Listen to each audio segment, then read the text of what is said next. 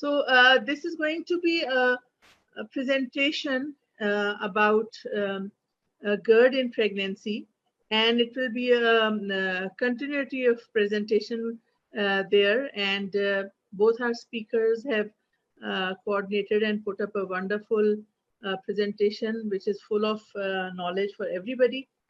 We will begin with our Professor Meritorious, Professor Ghazala Mahmood.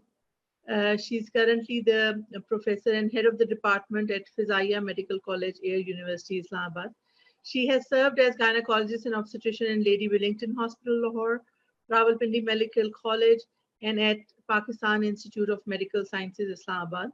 She has been a professor of OBGYN since 95 and HOD since 96, and a meritorious professor since 2002. She has been the Dean of OBGYN, then Dean of Medicine at faculty at Quaid-e-Azam University, and then Executive Director of PIMS. She has worked with Her Majesty the Queen's gynecologist as well. Later then she joined as a research fellow in Oxford University. She has published widely in local and international journals, and postgraduates and undergraduates, we all are taking benefit from her. She has been awarded 2 gold medals. And Professor Ghazala Mahmood, I'll request कि हम आपसे begin करें, and then when we'll reach to the part of Professor Dr. Sayyida Batul Mazhar, I'll introduce her then as well. So, Madam, should I start the slide share?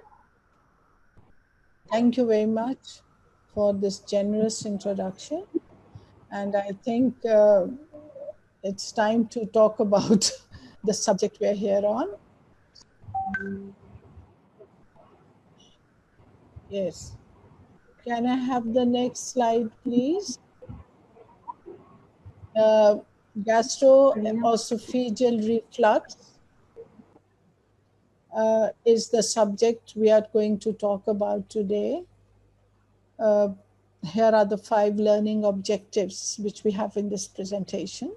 I'll be talking about the quality of life and its prevalence, difference between physiological and pathological GERD, then physiological changes in pregnancy and what impact they create on the gastrointestinal tract, the gastroesophageal reflux during pregnancy, its prevalence and symptoms, and finally, the management of GERD and the role of lifestyle changes will be discussed by Professor Batul Mazhar.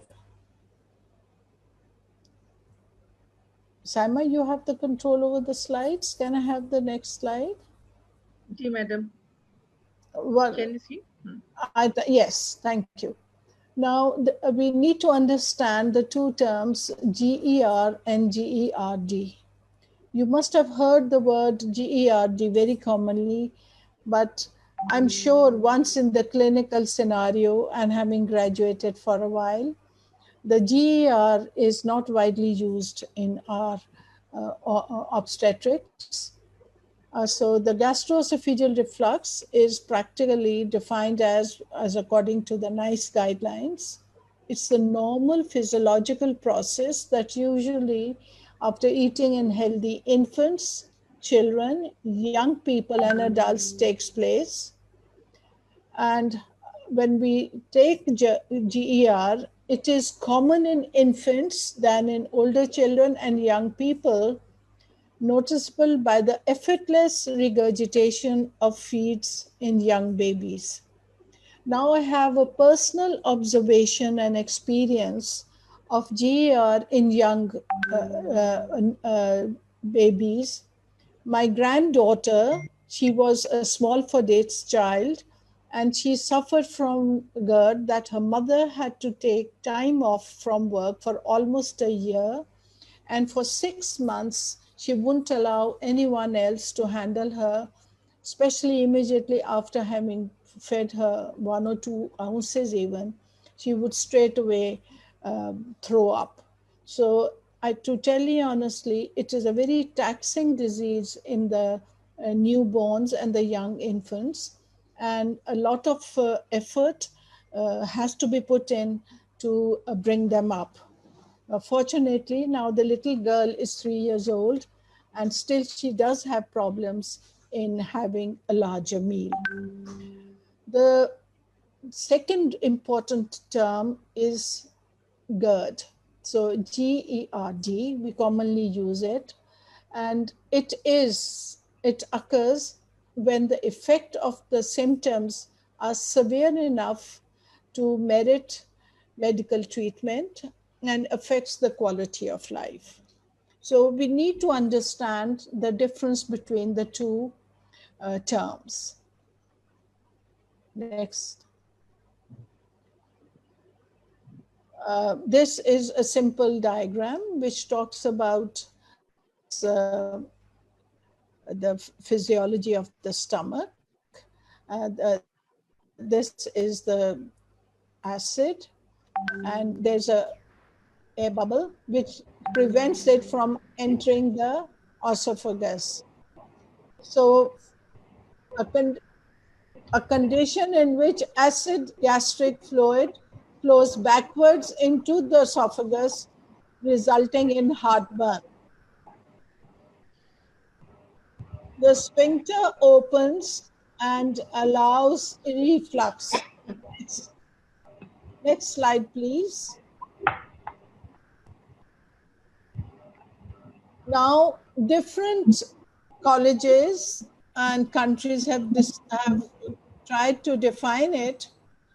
The Montreal definition of GERD, that is the Canadian definition, is that there are troublesome symptoms or complications are present regardless of the symptoms, that those syndromes are caused by reflux. So it develops when the contents caused these symptoms. They are divided into two main parts: the esophageal syndromes and the extraesophageal syndromes.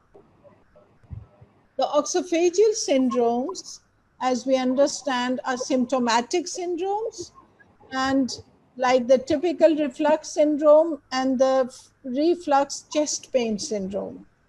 However, syndromes with esophageal injury, which actually causes changes in the mucosa of the esophagus, reflux esophagitis, reflux stricture, chronic irritation leading to a stricture, Barrett's esophagus, and chronic inflammation leading to adenocarcinoma. However, the extraesophageal syndromes are very interesting. Someone will be complaining of reflux cough, laryngitis, asthma. These conditions, these four conditions, have an established association with GERD. And believe me, if you may have prescribed bisphosphonates to your patients, and you know the instruction is for bisphosphonates to take it empty stomach early in the morning and to stay up and about for a couple of hours, maybe 1 to 2 hours before taking any further food. Those people who fail to take these precautions may end up that can cause chronic laryngitis and chronic cough. And I have seen patients being treated for GERD for a number of months. Thank you so much. Can you hear me now? The noise is gone. Thank you. I have seen patients being treated for a couple of months with anti-reflux medications, and then they were free from their laryngitis and cough. So this can be a really disturbing problem, but the solution is medication and simple. Next slide, please. Now there are different stages of GERD, and we can We can measure the percentage of GERD sufferers with the quality of life and what are the treatment options. The stage 1, that is mild GERD, and the quality of life is good, and just changing their diet and lifestyle will help them. In stage 2, with moderate GERD, again, they can manage with medications and change in diet. When there is severe GERD, the quality of life is low. And here you need not only the first three things, including medications, you need a GERD specialist to treat this with a number of other medications and treatment options. And finally, the worst case scenario is the precancerous or the adenocarcinoma, which may end up in a surgical outcome. Next slide. So what about Pakistan? In Pakistan, there are a number of data available, but I'll share a study conducted between June 2010 and 2011, February, across 10 cities of Pakistan, and around 1,010 patients were enrolled based upon the typical history of GERD symptoms.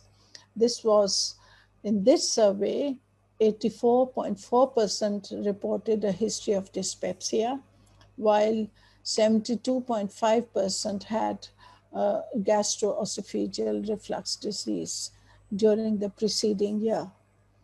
However, there was a family history of acid peptic disease reported in 24.2% prior to the consultation, and 52% patients were on PPIs.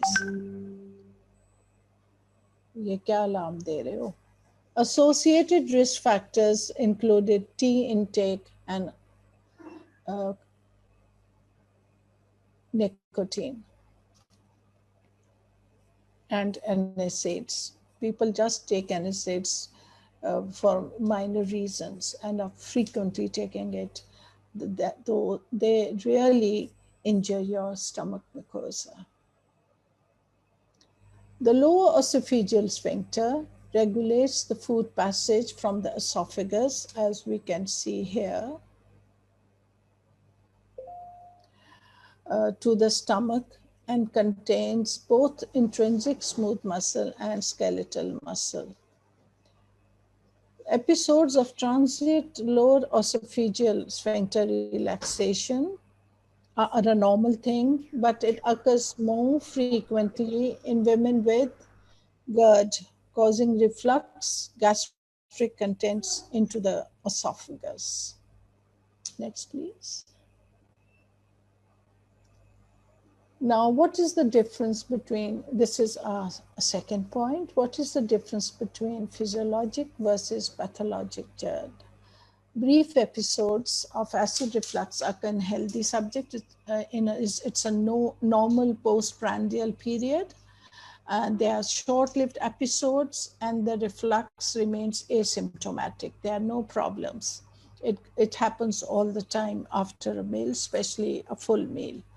So, and it does not result in esophagitis, and it corresponds to what is known as the physiological reflux.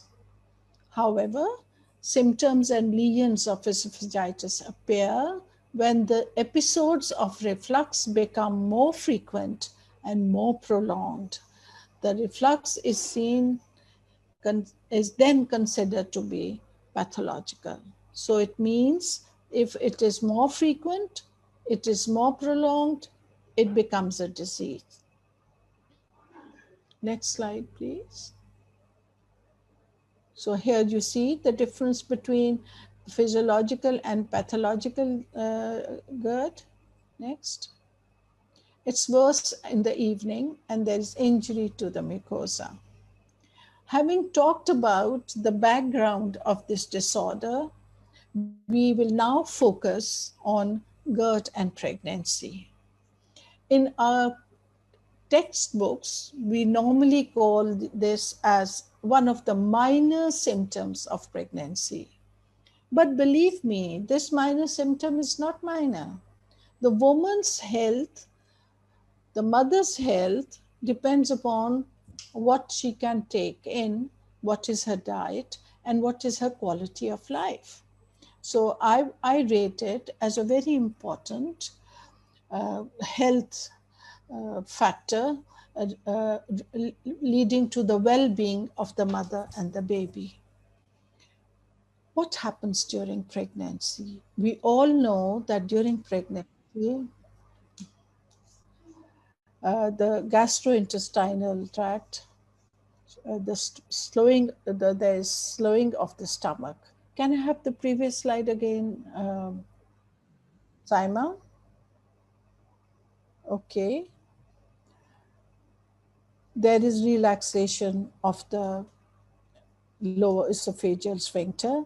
Then we have nausea and vomiting, and we know it is proportional to the HCG level. There's enough evidence.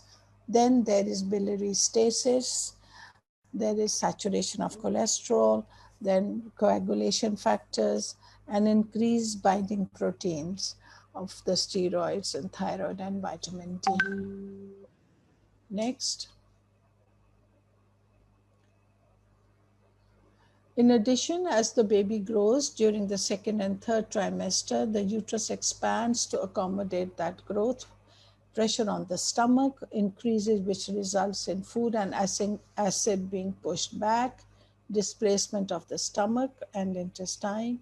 There is change in the anatomy, gastric emptying is delayed, and intestinal transit times are delayed secondary to hormonal and mechanical factors. Okay. It is, what is the incidence of this in pregnancy? Is the most common gastrointestinal symptom and can affect from 17 to 80% of pregnant women worldwide. It occurs in all the trimesters, and the symptoms of heartburn may be frequent, severe, and distressing, but serious complications are rare. Next.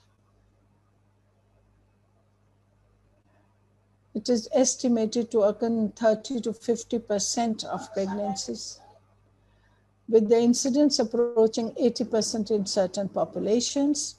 And its symptoms are heartburn, regurgitation, nausea, vomiting.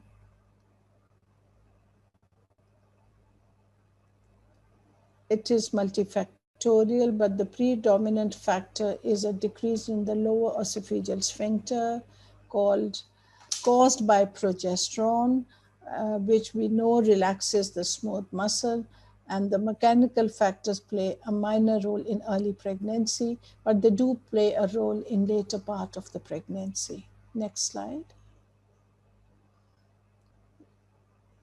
Next slide, Saima. Yes, I've talked about the symptoms, and some women start having water brush from the beginning, and there is loss of appetite. These are the symptoms which have been listed by the Royal College of Obstetricians and Gynecologists. Next slide. Here you can see in this, in a prospective longitudinal cohort study, evolution of GERD symptoms during the course of pregnancy. This is the control group. Then in the first trimester, it's around 25%. In the second trimester, approaching 35 and 50% in the third trimester. However, in the control, it's to 10%. Next. Then the symptoms of the pattern and association of heartburn, nausea, vomiting, regurgitation it goes on increasing from the first to the last trimester. So the diagnosis is a clinical diagnosis based on symptoms. Investigations in majority will be unnecessary. We don't go for barium studies because of the radiation exposure. At the most, upper GI endoscopy is sometimes indicated, but very rarely, and it tends to recur in the future pregnancies. For some people, there are the signs and symptoms usually resolve at the end of delivery, and for some women, these symptoms can indicate to her that she is pregnant. Next.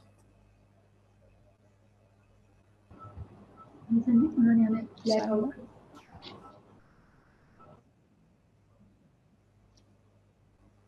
So the prevalence by gravidity is that here is a study. Okay, the predisposing risk factors for developing GERD are advanced maternal age, advancing gestational age, as I've talked earlier, heartburn. Women who suffer from heartburn before pregnancy face severer symptoms during pregnancy, being overweight and obese, then multiple pregnancy, meaning more pressure and earlier pressure, and women who have previously had one or more babies. Next. Now, what is the evidence? 9 RCTs involving 725 women have been published by the Cochrane Library, and they say that smaller meals, lifestyle modification, and elevation of the head of the bed may help to reduce gastric secretion and gastric reflux. Chewing gum stimulates the salivary glands and can help neutralize acid. So abstinence from alcohol and tobacco are encouraged to reduce reflux symptoms. In other words, gastric irritants should be avoided or minimized. Medications do work to relieve the symptoms, and the mechanism of different drugs are put forward. For example, acid neutralization, increased lower esophageal sphincter pressure, which improves the esophageal acid clearance and promotes gastric emptying, like pro-motility drugs, for example, motilium, inhibit gastric acid secretions, that is PPIs, and prevent reflux of acid and food into esophagus, and alginate reflux suppressant is used. Some traditional Chinese medicines like acupuncture is effective. As you know, that is the treatment for almost any disease through gastrointestinal motor activity and secretions. So that here now we come to the WHO recommendations. I'll be finishing soon. Advice on diet and lifestyle is recommended to prevent and relieve heartburn in pregnancy. This is the first and foremost. Antacid preparations can be offered to women with troublesome symptoms that are not relieved by lifestyle modifications. If lifestyle modifications don't help, try medications. Next.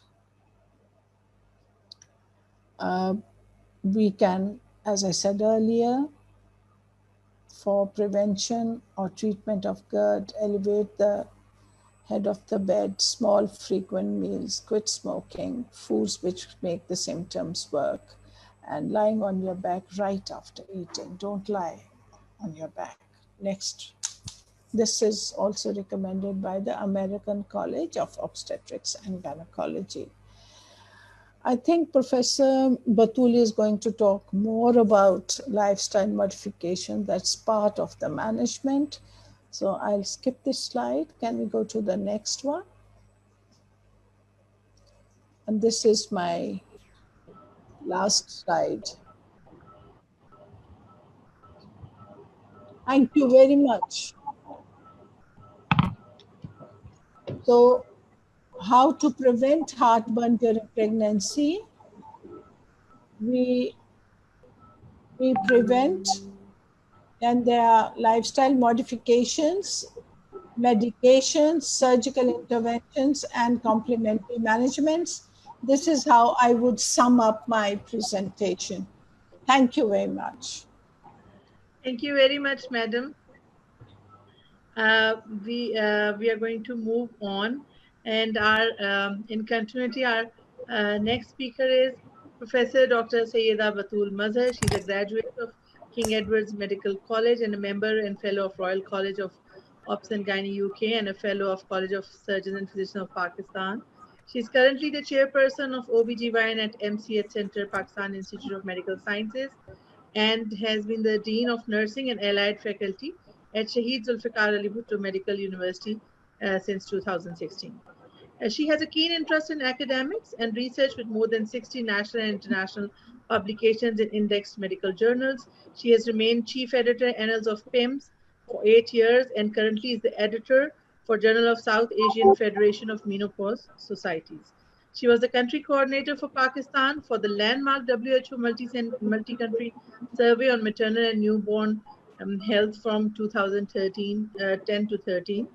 She was a member of Guideline Committee of WHO for Eclampsia and PPH and member WHO Steering Committee for Research on Maternal Health. Currently, she is the Vice President, South Asian Federation of Menopause Societies and the chairperson of Rawalpindi Islamabad chapter for Society of Obstetricians and Gynecologists of Pakistan. Her special interests include maternal health, subfertility, and menopause. So I'll welcome Professor Dr. Sayyida Batul Mazhar and request her to take on from this onwards. Professor Batul, please. Thank you, Saima, for a very kind introduction. And I would like to acknowledge the services of Saima. She's managing our chapter very nicely. She assists us in so many things, and we would like to appreciate her input in all the meetings that we've been doing. Thank you, Saima. So it's a privilege to follow on Professor Ghazala's presentation. I'll be touching on the management of GERD, and then I'll be talking about sometimes the COVID-19 also mimics a lot of symptoms of GERD and lots of gastrointestinal symptoms. So somehow we are thinking that COVID is gone. We all know in our hearts that it's not going anywhere. It is the sort of a disease which keeps coming back. So we'll talk about it towards the end of my presentation. So may I have the next slide, Saima? So as mentioned by Professor Ghazala, that whenever we try to treat something, our first intervention is always in a very physiological way. So we always recommend lifestyle changes. Whenever we are managing PCOS, the lifestyle changes always come first. Similarly, whenever we are managing GERD, and especially in pregnancy, the lifestyle interventions are invaluable. So in pregnant women, it is very difficult to recommend them to lose weight, but I always encourage my overweight and obese patients who are pregnant to avoid excessive weight gain, and that makes such all right. So, yes. So the lifestyle intervention, as I mentioned, was that lifestyle interventions may involve weight loss when you're non-pregnant, but when you're pregnant, it is difficult to lose weight. But being overweight and obese, you should try to reduce your weight gain during pregnancy to avoid the complications of too much of GERD. Another point is that the evening meal should be early. Usually we have our evening meal around 9 and 10 o'clock and go to bed at 11, and that is a disaster. So anybody in pregnancy suffering from GERD, they should basically have an early evening meal around 6 and 7 o'clock, and then they should be upright, walking about for the next 3 hours, and then go to bed around 11, 12 o'clock, and they're going to be comfortable. Similarly, avoiding high fat content would help, because whenever you have high fat content, the content stays longer in the stomach, and you want the stomach to empty itself before you go off to sleep. So that would be again a very good thing, that the night meal should be light, less fat, and earlier if you want to manage this heartburn in a physiological way and avoid medication. Next, please. So I think nowadays majority of people start PPI therapy very early. I always recommend that first trimester we do not want to prescribe PPIs. If a woman is already taking PPI in the first trimester from before pregnancy, I encourage them to stop it, and we avoid its use in the first trimester. Then there are not really major differences in different PPIs, but When you see into the literature, omeprazole is always said to be the category C in many recommendations, while other PPIs are in category B, but some are now even grading omeprazole in B here and there. So FDA categories tell us how safe it is. So if it is A, it is very safe. With B, it is safe in human beings as far as we have data. With C, you start getting concerned. So we can give PPIs, but please avoid giving it in the first trimester. And then when should we give that PPI? We should give it about half an hour to 1 hour before the first meal of the day. And usually the patient is fine with a once daily dose. But in those who respond partly, we should try to then consider increasing the dose to twice a day, or switch the timing and see whether we switch the type of PPI, the names change, and their pharmacokinetics do change. Similarly, non-responders, if somebody has intractable GERD, then we need to have some recommendation from our gastrointestinal specialist, and their help is invaluable. Maintenance therapy should be given to patients who continue to have symptoms after PPI discontinuation. As I mentioned, they are fairly safe in pregnancy, but avoid it in the first trimester. GI endoscopy in pregnancy is very uncommon, and it's usually not recommended. In selected cases, if we feel that there is a bigger problem, as mentioned by Professor Ghazala, that GERD can have non-esophageal symptoms, and if we are not very clear, we can have a multidisciplinary help in selected cases. And the more advanced treatments that are mentioned here are usually relevant to the non-pregnant ladies, where they can do the ambulatory reflux monitoring, and that is not usually routine in our practice. And so it is not usually done in the pregnant ladies. Next, please. Then we come on to the old is gold. So H2 receptor antagonist therapy is somehow neglected these days. They are considered to be far more safer than PPIs because we have more experience in their use. They've been there for a much longer time. And the majority of them, ranitidine especially, which is by the trade name of Zentek, that is very safe in pregnancy. And wherever we are, because we usually prescribe PPIs, so if you feel that PPI is not helping completely, then a bedtime H2 receptor antagonist is a good option. Although the problem with bedtime H2 receptor antagonist may be that after a few weeks there can be death. There are other things which are, again, as I mentioned, we have all been using sucralfate, which is known by arsenic. So therapy for GERD other than acid suppression can be considered. In pregnant women, we do give arsenic, which is the brand name for sucralfate. And this has been being given for quite a long time.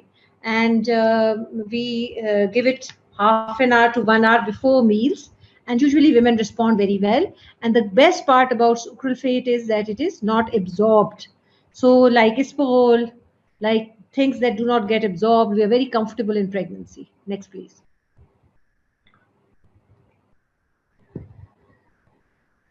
Again, surgical therapy has practically no role to play for the pregnant ladies, but this is something you need to know, that in GERD, in older women, in older men, wherever there is that problem, there is an option of surgical treatment where they are not responding to medical treatment. They have chronic GERD, and these procedures are usually for very select group of patients. The summary of what I've told you. So this is for your information. Whatever is written on this very crowded, busy slide, I've already told you. Next, please.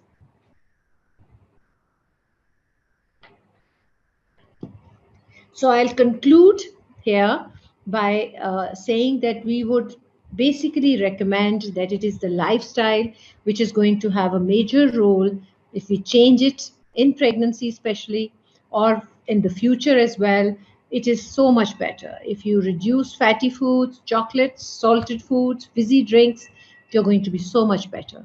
Similarly, low volume, frequent and slow eating along with consumption of fibrous foods are recommended.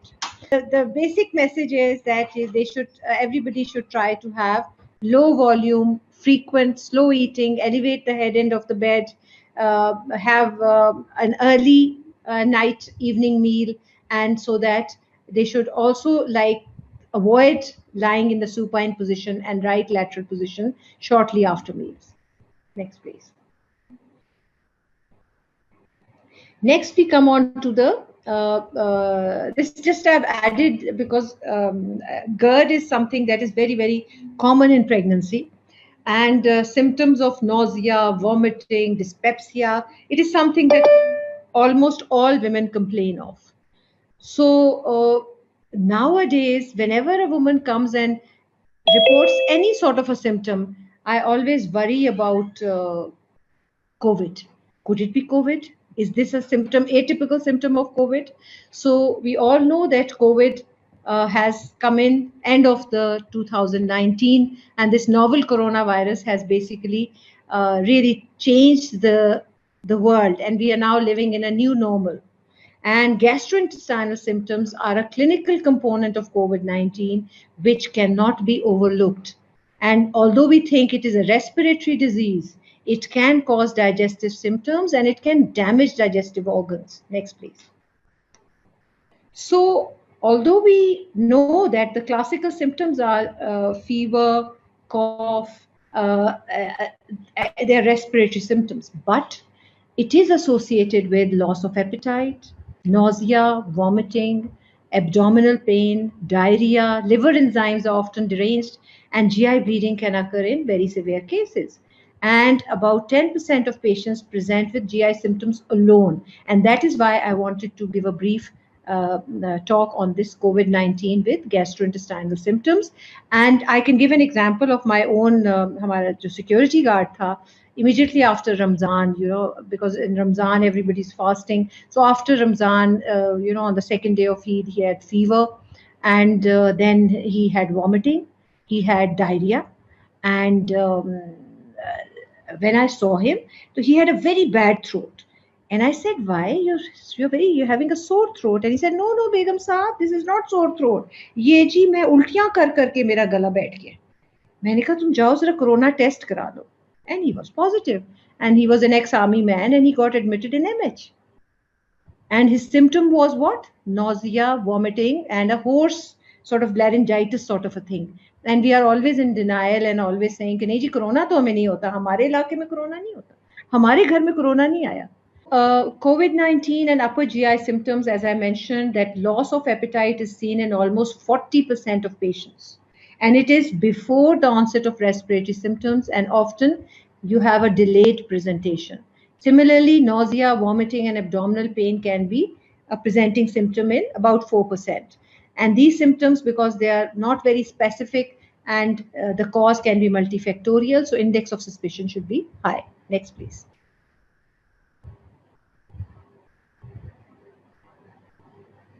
Again, they often can present with non-bloody diarrhea in almost 20% of all patients.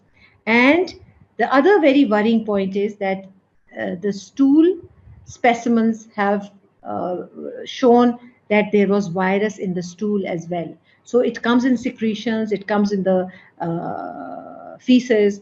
So these are very worrying things, and COVID-19 may be mistaken as gastroenteritis with or without febrile illness, and we need to be aware of inflammatory bowel disease, whether this is an irritable bowel disease, this is a malignancy, but do remember that it can mimic anything.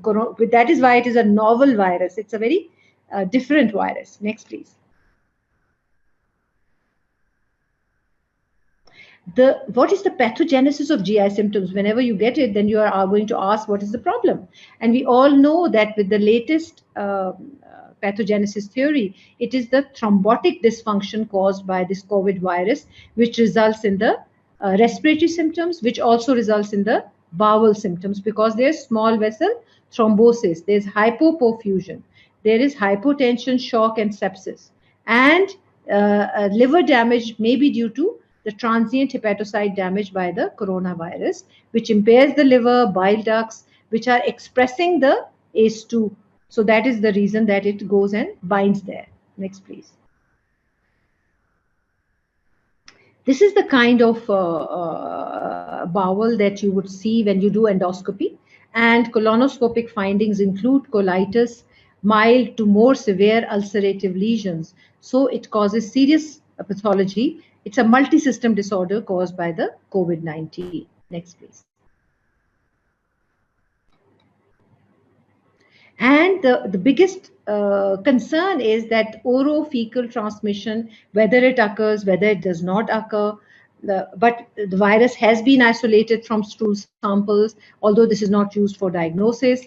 And only half of all patients of COVID-19 have stool detectable PCR. So half of the patients will be excreting the virus per rectally. So people don't really know how much that correlates with the GI symptoms, but still it is the respiratory swab which is diagnostic. Stool tests are not really being recommended for this purpose. GYN, repeatedly what happens is that we have patients presenting with preeclampsia, we have patients presenting with suspected sepsis, and we have deranged LFTs. So keep the index of suspicion high for COVID-19. We've had, false results like, one patient is getting hepatitis E positive as well, hepatitis A positive as well. And then you say this laboratory is doing a major error. It cannot be that one person has two kinds of hepatitis at the same time. It may be a rare entity, but we need to be vigilant that whether this is cholestasis, whether this is preeclampsia, whether this is sepsis affecting the liver, or is it the COVID-19 which is presenting atypically. So there are confounding factors, especially in Pakistan, where there is often pre-existing liver disease, and there is presence of myositis, ischemic hepatitis, and then there is the misuse of antibiotics that we are used to in our country. We are basically very happy with overuse of antimicrobials. So keep your index of suspicion high and rule out COVID-19 in addition to preeclampsia, viral hepatitis, and sepsis-related liver dysfunction. So patients with digestive symptoms, it has been found those with COVID-19 and GI symptoms have a longer course between symptom onset and viral clearance, are more likely to suffer from severe pneumonia or ARDS, and more likely to test positive for COVID-19 viral RNA in the stool. This does suggest but does not confirm direct infectivity of the virus on the intestinal tract. So we have to keep this in mind. Next, please.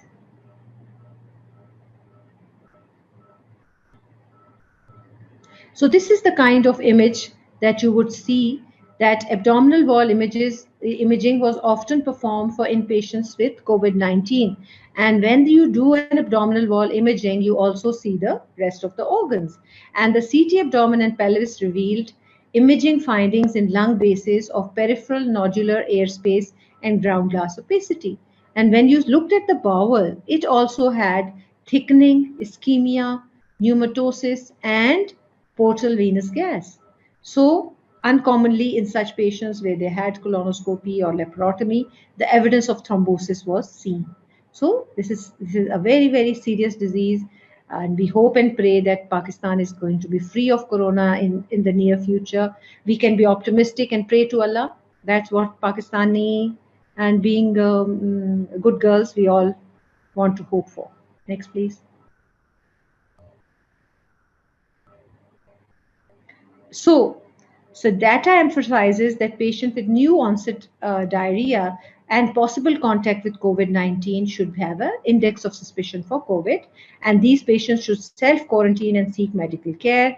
Optimally, testing for COVID-19 should be considered using both respiratory and stool samples if and when they become available. Currently, we only use the respiratory samples, but this is again very important that you have to keep your clothes clean.